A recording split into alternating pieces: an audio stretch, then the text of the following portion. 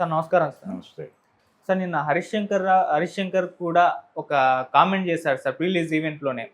మన వాళ్ళు మన సినిమాలనే ఎంకరేజ్ చేయడం లేదు. మిగతా అన్ని సినిమాలని బాగా చూస్తారని చెప్పేసి ఆయన కామెంట్ చేశారు. మరి నిజంగా మన సినిమాలు మన వాళ్ళు ఎంకరేజ్ చేయడం లేదా? ఇది కూడా ఒక చర్చకు దారితీసింది. ఇప్పుడు చాలామంది ఏ విధంగా కామెంట్ చేస్తున్నారంటే మరి 'పుష్ప' ఎన్ని కోట్లకు వసూలు చేసింది? మన వాళ్ళు కదా ఎంకరేజ్ చేసింది. సంక్రాంతికి వస్తున్నాం 'డాకు మహారాజ్' అది 300 కోట్లు, ఇది 100 కోట్ల క్లబ్‌లో చేరింది కదా! ఇవన్నీ మన సినిమాలే కదా! ఇంత పెద్ద హిట్లు అయ్యాయి కదా!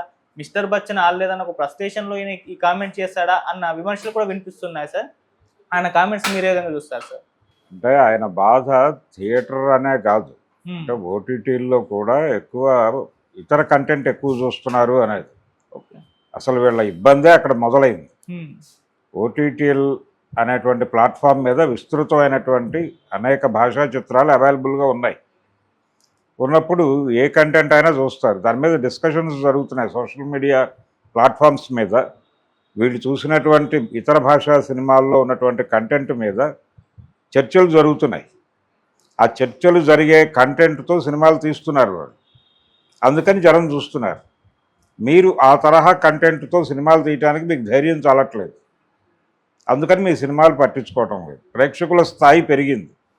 ఎప్పుడైతే మీకు అనేక అంటే ఒక రకమైనటువంటి ఎక్స్పోజర్ దొరికింది వాళ్ళకి, ఆ ఎక్స్పోజర్ దొరికిన తర్వాత వాళ్ళు రెచ్చిపోతారు. అలా రెచ్చిపోయారు. ఆ రెచ్చిపోవడాన్ని మీరు లిమిటెడ్ చేస్తే అట్లా తెలుగు భాషని గౌరవించటం లేదు, మీరు తెలుగు సినిమాలే చూడాలి అని మీరెవరు చెప్పడానికి? వాళ్ళకు తోచిన సినిమా వాళ్ళు చూస్తారు. మీరు అంటే మార్కెట్కి గోడలు కట్టడం అనేది ఇప్పుడు కుదిరే పని కాదు. హరీష్ శంకర్ తెలుసుకోవాలి. ఈ సినిమా మన సినిమా ప్రపంచం అంతా చూడాలనుకోవాలి. మన ఇతర భాషా సినిమాలు మనము చూడాలి, మన సినిమా ఇతర భాషల వాళ్ళు చూడాలి. ఆ లెవెల్ కంటెంట్ ఇవ్వగలగాలి మీరు. అందుకనే రీమేక్ సినిమాలు పోయింది. అందుకే రీమేక్ సినిమాలు ఇప్పుడు ఎవరు చేయట్లేదు. ఎందుకు చేయట్లేదు? మీరు టైటిల్ అనౌన్స్ చేసిన మరుక్షణం ఇంటర్నెట్లోకి వెళ్ళిపోయి ఆ ఒరిజినల్ సినిమా ఎక్కడుందో పీకి దాన్ని చూసి జనాలు రెడీగా ఉన్నారు. నువ్వు ఫస్ట్ లుక్ రిలీజ్ చేసిన క్షణం నుంచి నీ మీద రివ్యూలు మొదలైపోతున్నాయి. ఆ పరిస్థితి ఉంది కాబట్టే మీరు భయపడుతున్నారు. ఓటీటీ కంటెంట్కి జనాల ఎక్స్పోజర్ పెరుగుతోంది, ఇది ప్రమాదకరం అని భయపడుతున్నారు మీరు. అంటే ప్రేక్షకుల స్థాయి పెరగటం భయపెడుతోంది డైరెక్టర్లు. ఏదో లిమిటెడ్గా ఉంటే ఆ రోజుల్లో ఇంత కష్టపడేవాళ్ళం కాదు. ఇది కాదు, ఆ రోజుల్లో కష్టపడేవాళ్ళు. ఆ రోజుల్లో కష్టము ఉంది. ఆ రోజుల్లో ఒక స్క్రిప్ట్ డిజైన్ చేసుకోవడానికి ఎంత కసరత్తు చేసేవారు. కమలాకర్ కామేశ్వరరావు గారు ఇంటర్వ్యూలు ఉన్నాయి ఇంటర్నెట్లో అవైలబుల్గానే, ఒకసారి వెళ్ళి చూస్తే అర్థమవుతుంది. అందుకని వీళ్ళ స్థాయి పెంచుకోవాలి. వీళ్ళు ప్రేక్షకుల స్థాయి పెరగడం చూసి భయపడుతున్నారు. ప్రేక్షకులకు ఆ రేంజ్ ఎక్స్పోజర్ వచ్చిన తర్వాత వాళ్ళకి ఏం చెప్పి కన్విన్స్ చేయాలి మనం అనేది. రెండోది మార్కెట్ ఎకానమీలోకి వచ్చాక గోడలు లేవు, చెరిగిపోతాయి. ఇప్పుడు హాలీవుడ్ సినిమాలు కూడా లోకల్ మార్కెట్లను టార్గెట్ చేస్తూ తీస్తున్నారు.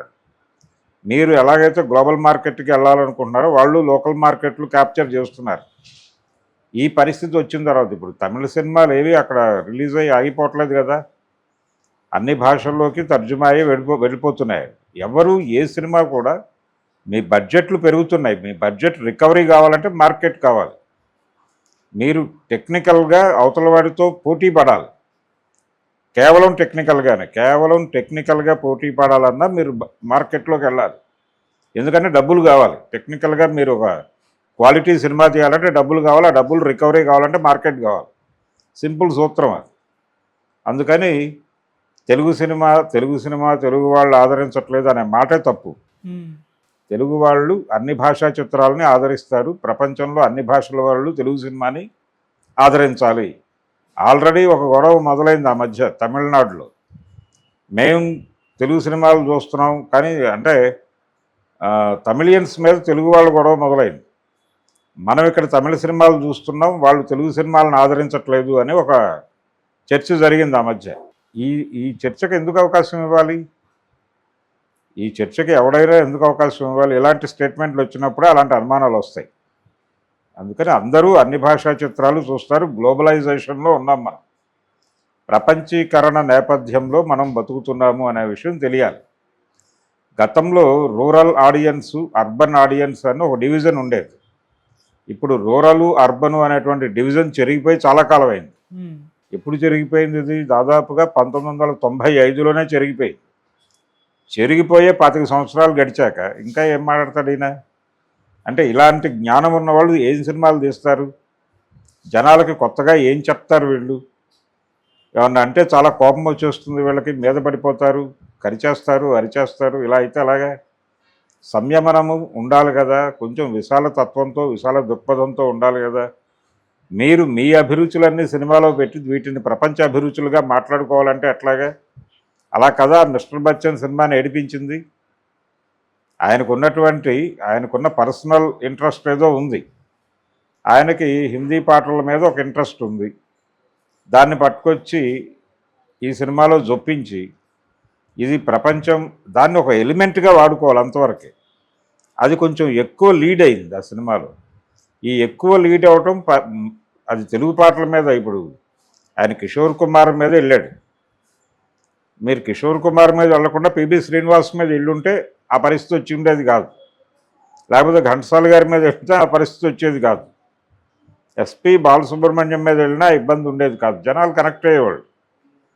అలా కాకుండా మీ అభిరుచులన్నీ ప్రపంచ అభిరుచులుగా మాట్లాడుకుని మీ సినిమా ఆడలేదు కాబట్టి జనాలకు తప్పని, ఇది ఎలా కుదురుతుంది? మీరు విస్తృతమైన జనాలకి నచ్చాలి. జనాలకి ఏం నచ్చుతుంది అనేది తెలుసుకోవాలి ముందు. అంటే మనమే జనము, జనమే మనము అనుకుని సినిమా తీయమని చెప్పాడు ఆయన, పింగళ నాగేంద్రరావు గారు పాతాళ భైరవ సినిమాలో. జనమే మనము, మనమే జనము అనుకునే సినిమా తీయాలి. జనం చూస్తారా చూడరా అనే డౌట్ వద్దు అన్నప్పుడు ఒక కాన్షియస్నెస్ పనిచేయాలి మీకు. ఏమిటది? జనం ఇది రిసీవ్ చేసుకుంటారు అని మీకు అనిపించాలి. ప్రజల అభిరుచులు తెలియాలి. ఒక హీరోతో సినిమా తీయటానికి ఒక డైరెక్టర్ గారు ఆ హీరోని ఎలా ప్రొజెక్ట్ చేయాలి అనటం కోసం దాదాపు 2 నెలలు టైం తీసుకుని పరిశోధన చేసి సినిమా తీశాడు. అడవిరాముడు టైంలో రాఘవేంద్రం ఆయన ఊళ్ళకి వెళ్ళి రామారావు గారి సినిమాలు ఆడుతున్న థియేటర్లకు వెళ్ళి జనాలు ఎక్కడెక్కడ రియాక్ట్ అవుతున్నారు, ఎక్కడెక్కడ చప్పట్లు పడుతున్నాయి, ఏ ఏరియాల్లో ఇతర హీరోలకు చప్పట్లు పడుతున్నాయి కూడా అబ్జర్వ్ చేసి వీటన్నిటిని పట్టుకొచ్చి ఆ సినిమాలో ఇన్కార్పొరేట్ చేసి హిట్ కొట్టాడు ఆయన. ఇది జనాలను అధ్యయనం చేయటం. మీ సీనియర్ డైరెక్టర్లు చేశారు ఆ పని. మీకెందుకు? మీరు జనం మీద కామెంట్లు ఆ రోజున అలాగే మాట్లాడాడు ఆయన. ఆ రోజున కూడా అలాగే మాట్లాడాడు. అది క్లియర్గా ఒక రకమైనటువంటి నా సినిమా ఫ్లాప్ చేస్తారా అనే పెయిన్లో నుంచి మాట్లాడుతున్న మాటలే నిస్సందేహముగా. ఆయన మార్కెట్ గురించి మాట్లాడటం తప్పు, అసలు స్టేట్మెంటే తప్పు ఇట్ సెల్ఫ్. ఆ స్టేట్మెంట్ అంటే ఆయన అన్న మాట ఏమిటి? తెలుగు వాళ్ళు తెలుగు సినిమాలు తప్ప మిగిలినవన్నీ చూస్తారు అని. చూస్తారు. వాళ్ళు పక్క భాషా చిత్రాలు చూడనంత గొప్ప కంటెంట్ మీరు ఇస్తే మీ సినిమాలు కూడా చూస్తారు. అప్పుడు కూడా ప్రపంచం చూస్తారు. కళ్ళకి గంతలు కట్టడానికి లేకపోతే గుర్రానికి కడతారు ఇలాగ పక్కన, ఇదే ఈ ఫోకస్డ్గా చూడటం కోసం. అలా నువ్వు ఆడియన్స్కి గంతలు కడతానంటే ఎలా కుదురుతుంది? వాళ్ళందరూ మీ ఇంట్లో మనుషులు కాదు కదా. అందుకని ఆ స్టేట్మెంటు ఓవర్ స్టేట్మెంట్. ఆయన ఇలాంటి ఓవర్ స్టేట్మెంట్లు ఇవ్వడంలో సిద్ధాస్తుడు. అది అన్ని విధాలా తప్పు. ఏ విధంగా చూసినా బూతే అది. Thank you so much. Thank you.